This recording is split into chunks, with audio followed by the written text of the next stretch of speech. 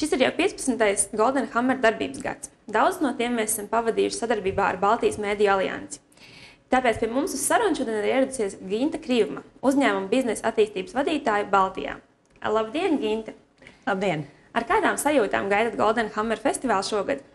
Patiesībā ar ļoti cerīgām, jo pēc vakardienas hokeja spēles mēs zinām, ka mazas valstis var darīt lielas lietas. Un, Latvija, kas ir 157 reizes iedzīvotāju skaita ziņā mazāka nekā ASV, var veikt šādu panākumu. Mēs redzam, ka arī mazi biznesi un arī sākotnēji mazas idejas var izaugt par lielām un ļoti diženām, ja tām ir pietiekams atbalsts.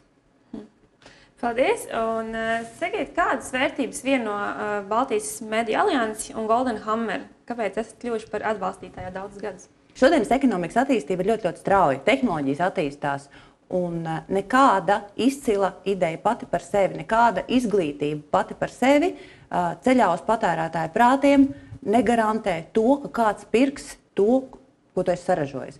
Un tāpēc biznesa idejas, lai cik stratēģiskās vīzijās no uzņēmuma viedokļa tās būtu veidotas, tam ir nepieciešama laba, kvalitatīva, profesionāli izstrādāta komunikācija.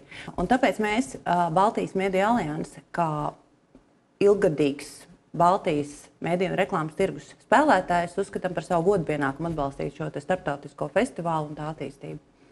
Ļoti patīkami. Un sakiet, kā jūs redzat, vai inovācijas var pastāvēt pašas par sevi, vai viņām obligāti ir vajadzīgs atbalsts, un vai ideja var dzīvot neatkarīgi no atbalsta?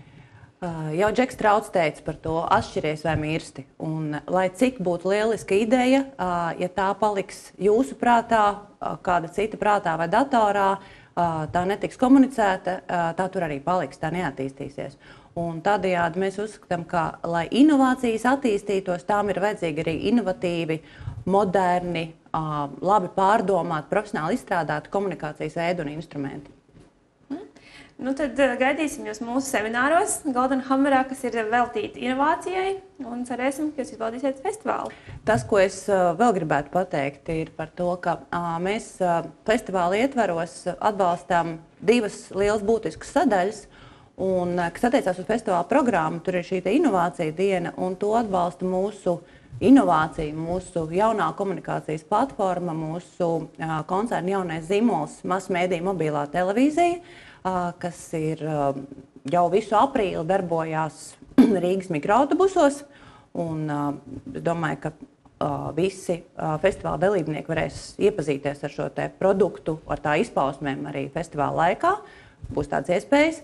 Un attiecībā uz pašu festivālu, šo festivāla konkursa sadaļu, tur savukārt mūsu strateģiskā vīzija bija tāda, ka mēs vēlamies atbalstīt šo mediju folderi, kas ir aģentūru konkurss, un tas iemesls ir tieši tāds pats.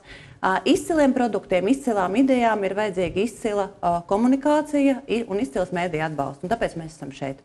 Lielas paldies! Tiksimies festivālā! Paldies, tiekamies!